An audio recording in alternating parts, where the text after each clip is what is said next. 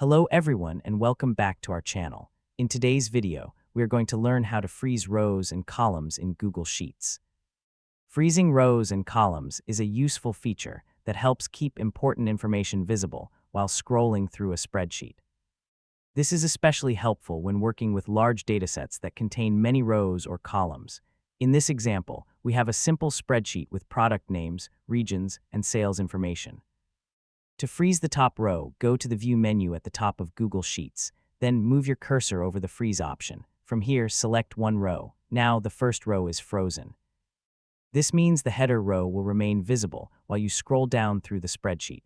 This makes it easier to remember what each column represents. You can also freeze the first column. To do this, go back to the View menu and open the Freeze option again. Then, select one column. The first column will now remain visible while you scroll horizontally across the spreadsheet.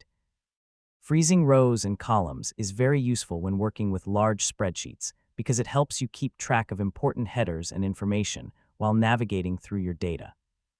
And that's how you can freeze rows and columns in Google Sheets.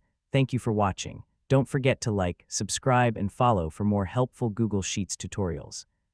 See you in the next video.